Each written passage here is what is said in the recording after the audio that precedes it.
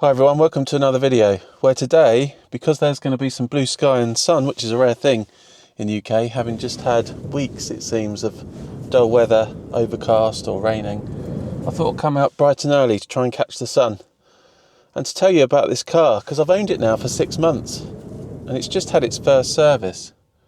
So I just want to tell you about what my experience of owning an Aston Martin Vantage has been like. And I haven't actually shown you the spec of the car, so we'll have a look round in a bit more detail and discuss some of the options. But before we do all that, let's warm up, and the car's misting up. We'll drive to a favourite spot of mine and I'll take you around the car. One thing I never get tired of in this car is not only its looks, but it's also the way it sounds.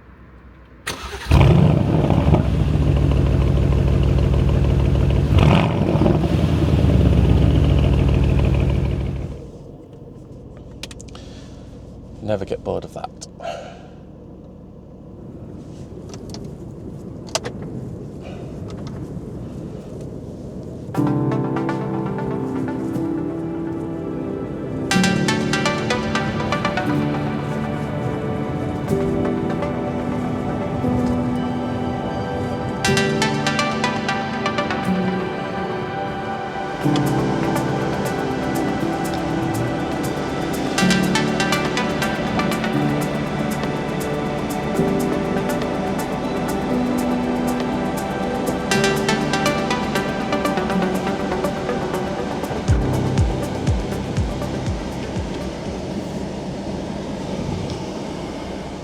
It is colder than I thought this morning.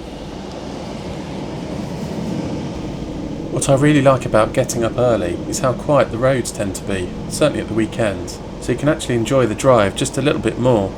Although having said that, I will be driving on a busy road called the Woodhead Pass, but we'll see what it's like when we get there shortly. So this drive will take around 20 minutes, and for those wondering where I am, we started off overlooking the Gaydon Reservoir, which is right next to the Windscar Reservoir, which you can see to the right here. We're in West Yorkshire. Let me show you quickly where we are on the map. We're driving down Dunford Road, and instead of turning right, which is the quicker way to get to Holme Moss, I'm going to turn left onto Brook Hill Lane, so I can drive more of the Woodhead Pass, which will allow us to see a bit more of the Pennine Hills and parts of the Peak District National Park. We then turn right onto Bents Road and then right again onto the A616. We then take a right at the roundabout onto the A628, the Woodhead Pass, where the roads open up to views over the Pennine Hills. We then take a sharp turn right into the A6024 and drive up to the top of Holme Moss, where again the views on a clear day are stunning. But I reckon the peak may be covered in mist, so let's see when we get there. At the top we'll take a closer look around the car, but I'll talk you through some of my ownership experience on our travels, in between some driving and listening to that lovely V8 engine.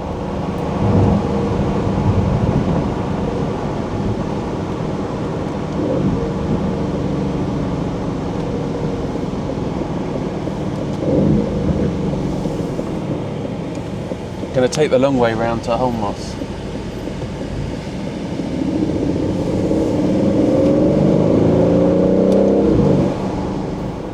Now my channel, Fuel the Passion, certainly at the moment is in its infancy, so I'm not in a position to be taking out different cars and conducting reviews, etc. So my content is more about sharing the ownership experience of this car with you as I take it on some travels, both across the UK and further afield. And there's some great content coming up. So if you haven't already, please consider subscribing so you don't miss future episodes.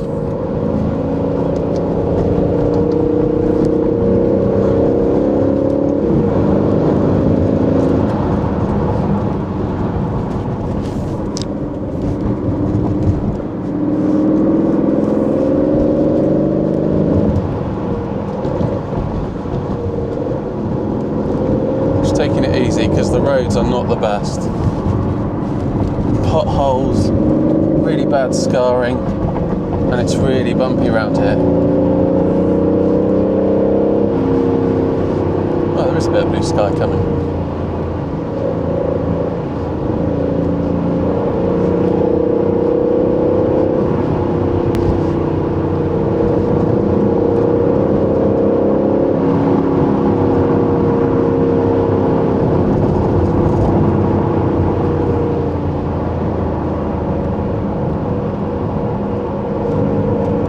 like it's going to turn out to be a lovely day today.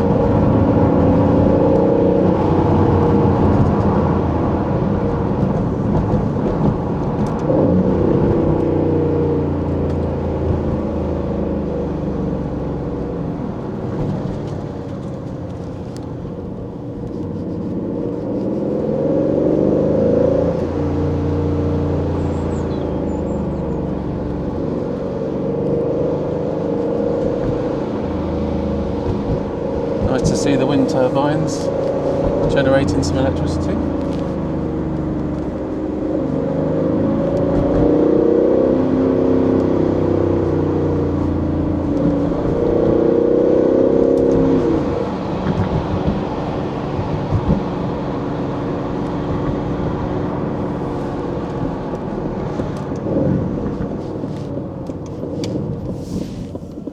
Not many people about this time of the morning.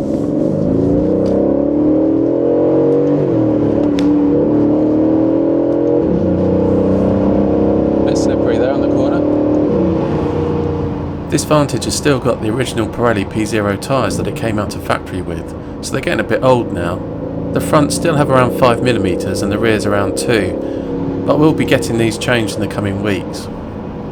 I'm yet to decide what I'll go for, the same Pirelli P0s or some Michelin Pilot Sport 4Ss.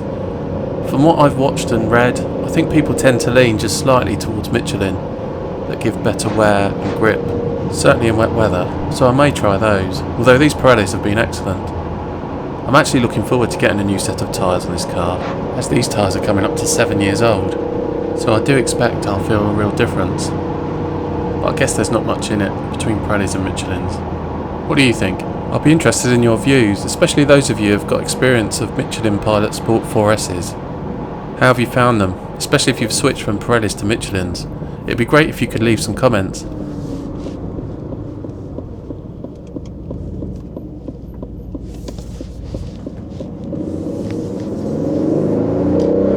I'll take you on the journey as to what tyres I'll end up with, costs and where I end up getting them fitted. So we've just turned right from Bents Road onto the A616, which if you wanted to go straight on at the next roundabout takes you all the way to the M1, but we'll be turning right onto the Woodhead Pass.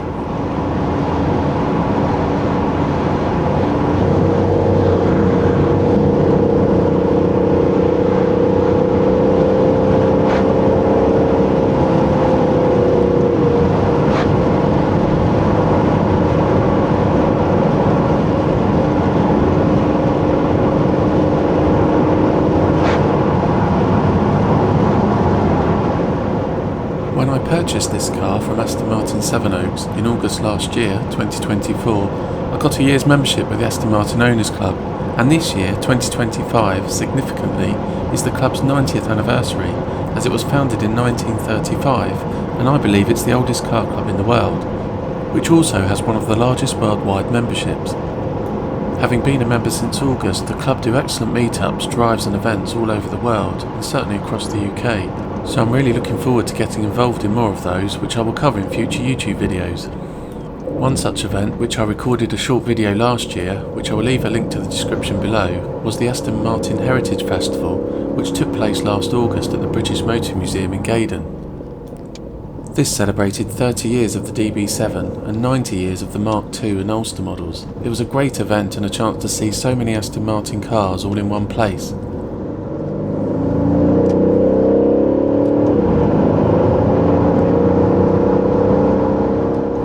So we've just turned right at the roundabout onto the A628, heading towards Manchester.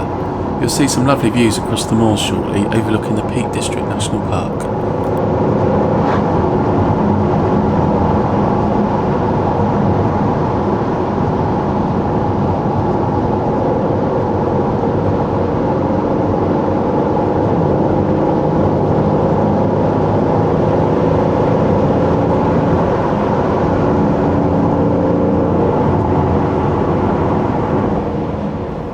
Even if you don't live around here, you may have heard of the A628 or Woodhead Pass on news bulletins, certainly during the winter months. Due to its altitude and exposure to bad weather, it can be occasionally closed due to snow or high winds. And as this is a main route from Manchester to South Yorkshire, you do get loads of heavy goods vehicles. so I can imagine the winds can cause a bit of a problem for them.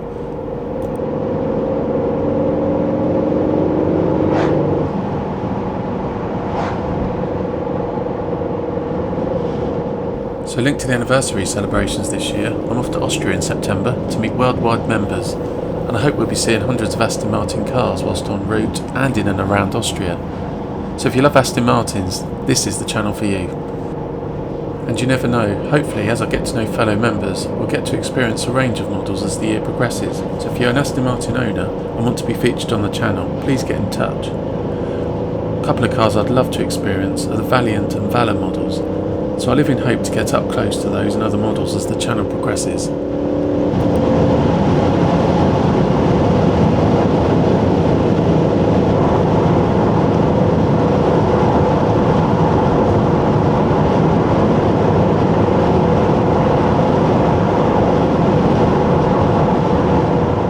You can now see the wide open views of the Peak District National Park and the moorland on both sides.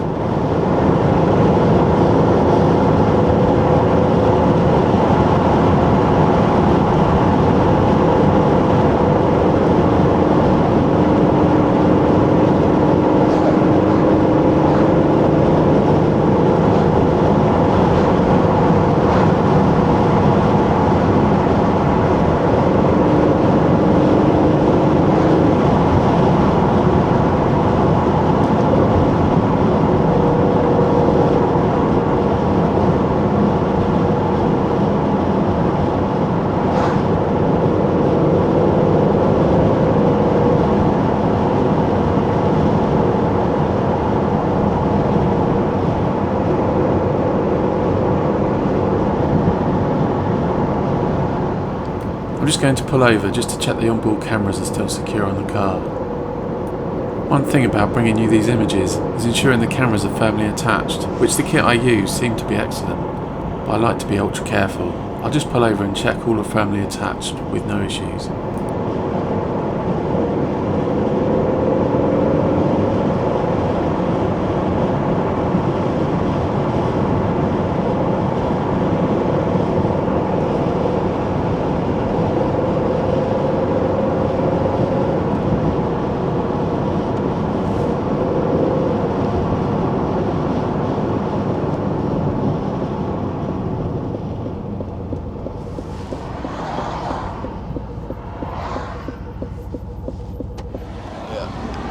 Good.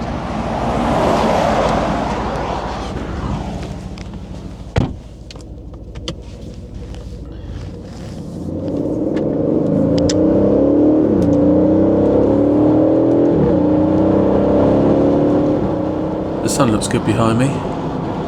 Anyhow, back to the car. This 2019 Aston Martin Vantage. The sound of this 4 litre bi-turbo V8 engine is a huge appeal for me. I love the tone of the exhaust note and the pops and bangs you get in the Sports Plus and Track mode.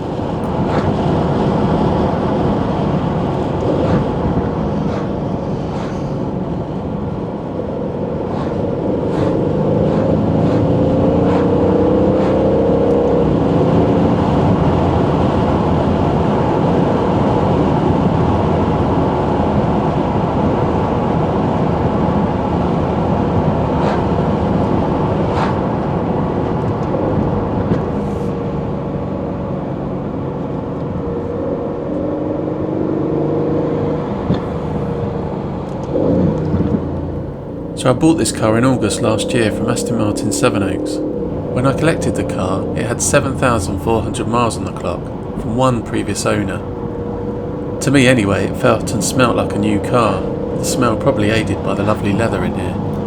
Along with the purchase, I got a list of the original technical specification.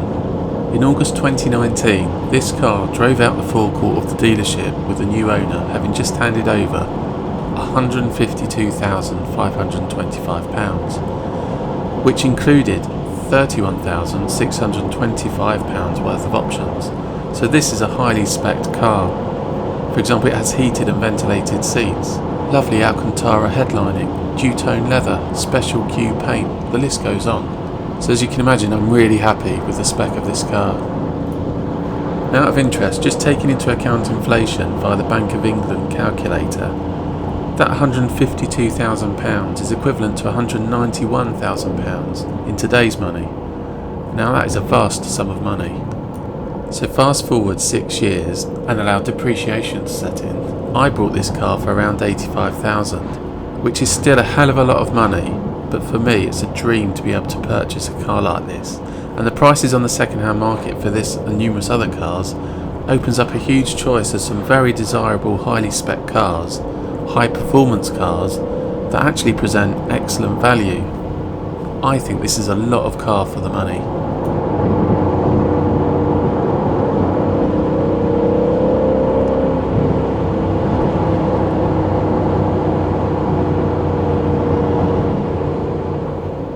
So approximately 6 weeks after collecting the car, I was lucky enough to get my son and I a spot on the Behind the Glass European road trip. And for those of you who have never heard of Behind the Glass, or BTG, it's a podcast hosted by a funny and charming duo called Sam and Tony. I'll leave a link in the comments below. So along with a number of other cars and tourers, mostly Porsche owners, we drove across Europe and ended on top of the mighty Grossglockner High Alpine Road in Austria. And for someone like me who has never driven up an Austrian mountain before, I found the sights absolutely amazing. If you haven't seen the videos on my channel covering this amazing experience, despite the weather, please check them out. I'll leave the links in the description below.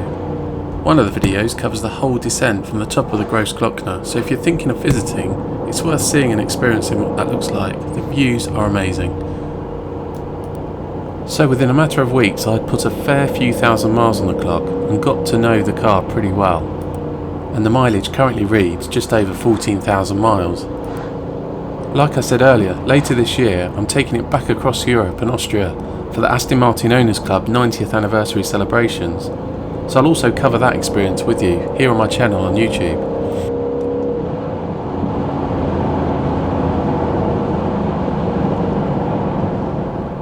You can see the Woodhead Reservoir to the left now, and we're about to drive over Woodhead Bridge before we take a sharp right up to Holme Moss. My little Grossglockner.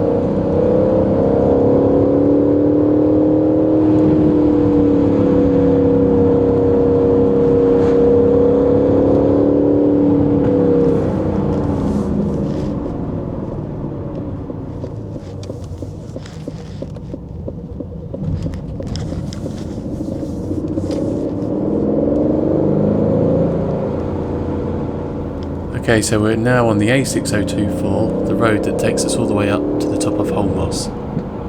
Now this road is really smooth at the bottom, but further up you go, it gets really bumpy, especially just before the summit. There's a very violent bump, which could easily catch you out and cause damage to your car if taken at speed. I'll show you when we reach the top. This engine is a dream, just listen to that.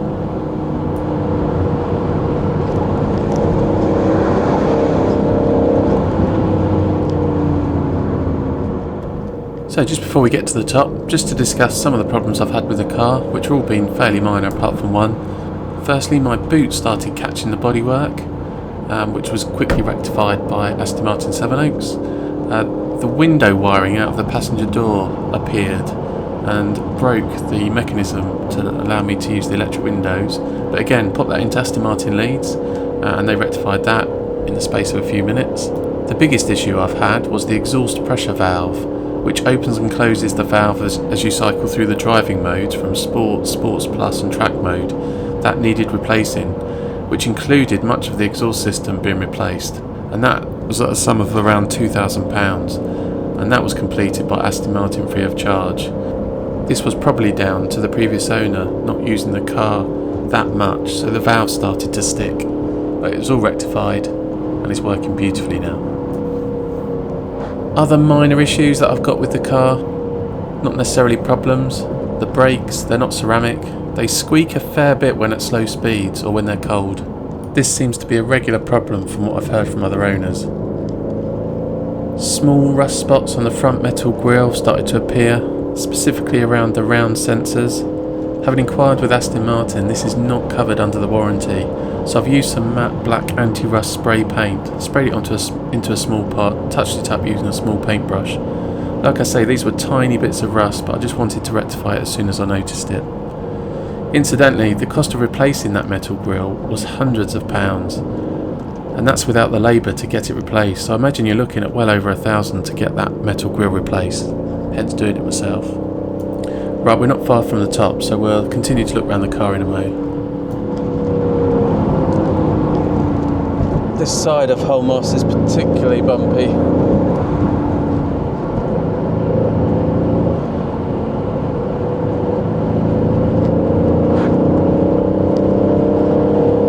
Bit misty at the top here. One bump you have to watch out for is nearly at the top, which if you hit anything above 30 mile an hour, you're going to know about it. It's this one here. Ugh.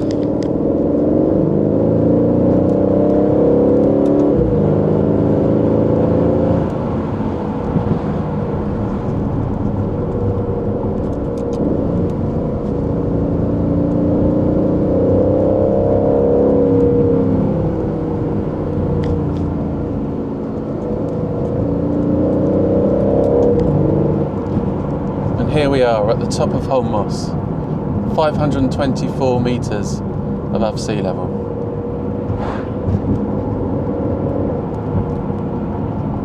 You can just about see the view through the mist. Let's go and take a look.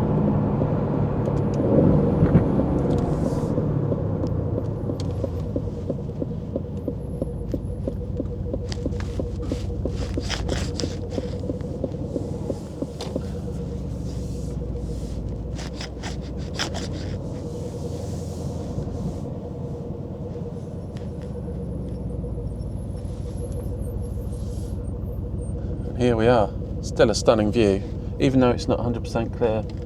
There's a lot of clouds still, and quite a few cars about, bearing in mind it's quite early weekend morning.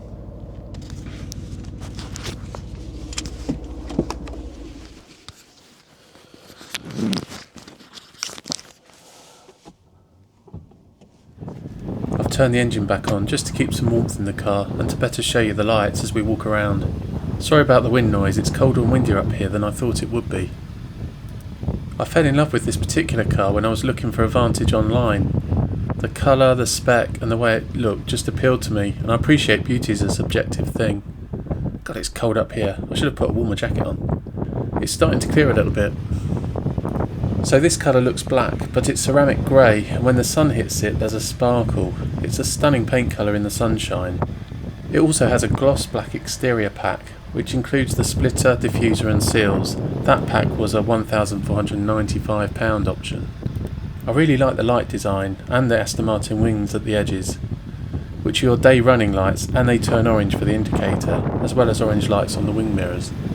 The wheels are 20-inch 10-spoke shadow chrome, which was a £995 option, with grey painted brake calipers, which was another £995 option, which all go really well with the rest of the car.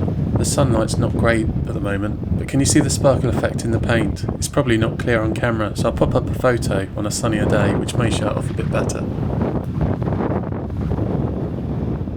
This Vantage has steel brakes, not ceramics, as I mentioned earlier.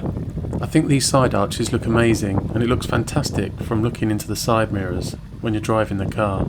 I personally don't think there's a bad angle for this car. Those rear lights are really distinctive and sleek. I just think it looks really good, a very attractive car. This has the quad standard exhaust, which have a matte black tailpipe finisher, which was a £995 option. As most tailpipes do, these are starting to discolour a little in places.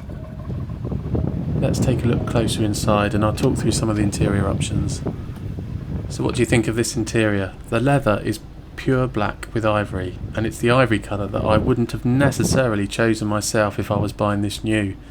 But actually, now I've purchased this car and owned it for over 6 months, I really like this colour combination and the design in here. This colour choice for the leather was a £1,195 option. The stitching and welt contrast was a £395 option, so it all adds up.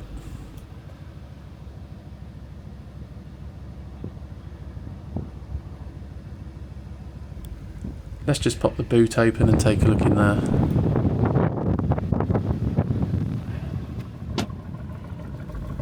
It's got my camera bag, drone and other equipment in it at the moment, but the boot size is great. As I've said, perfect for going on a European road trip, and as you've probably seen in other car review videos, you've also got this rear shelf with this partition able to be folded down. It's a really nice space and comes in very handy during road trips.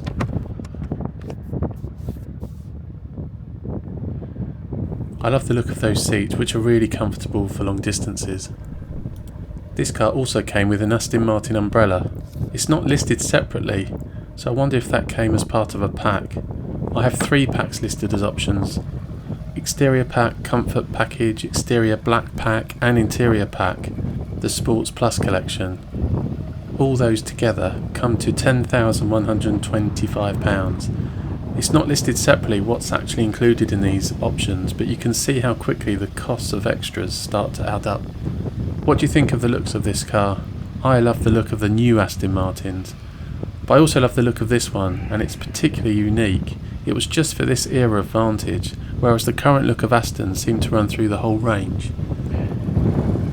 Okay, I'm going to get back in the car because it is really cold. It's raining slightly, you can see sort of the mist. I really can see the mist going over the hill there, so it's a bit damp as well. Now, I know this car got a bit of criticism from car reviewers about how cluttered the dash is, certainly this central column, but I have grown to love it. And what I do love is these matte buttons rather than gloss, that although I've got no issue with it and I still really like the new interior, I really love this matte finish, and it's so clear and easy to use. This is the old Mercedes tech from many years ago, but it's really functional and I hardly ever look at this screen. In fact, if I turn it on now, it's got temperature settings, which I use it for. Occasionally use it to make phone calls, and you've got all the settings that you need for phone on the steering wheel. And that's another thing I love about this car, the steering wheel I've really grown to love. Again, it's very subjective, isn't it? Some people love the circular steering wheel, but I love these angles. And when you're on the motorway, you know, or driving just generally, it's got an ideal place to put your thumbs. It's a really comfortable steering wheel, it's not too thick, as you can see. Paddles, it's beeping at me because I've got the engine on, because I've got the heater on, because it's so cold. But the paddles are lovely metal feel, and they're fixed to the steering column, not on the steering wheel, which again is something that I really like. Stereo wise, it's got the premium Aston Martin stereo, so you've got speakers up here all around the car. And this is something that people have criticised this car about, the design of these handles, saying they're a bit awkward. I haven't had a problem with it. I think they're really nice. Controls here for windows and side mirrors, and a boot release hatch there. So yeah, I'm very happy. Just before we head down Holme Moss, it's still pretty gloomy out there. I'm just going to change it into track mode, and that's not because I'm going to drive as if I'm on a track.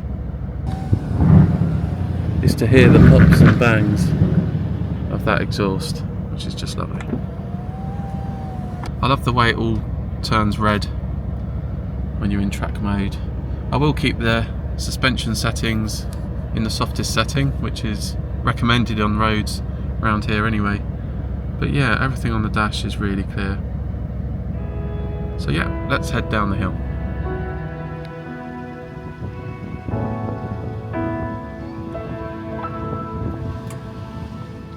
I remember years ago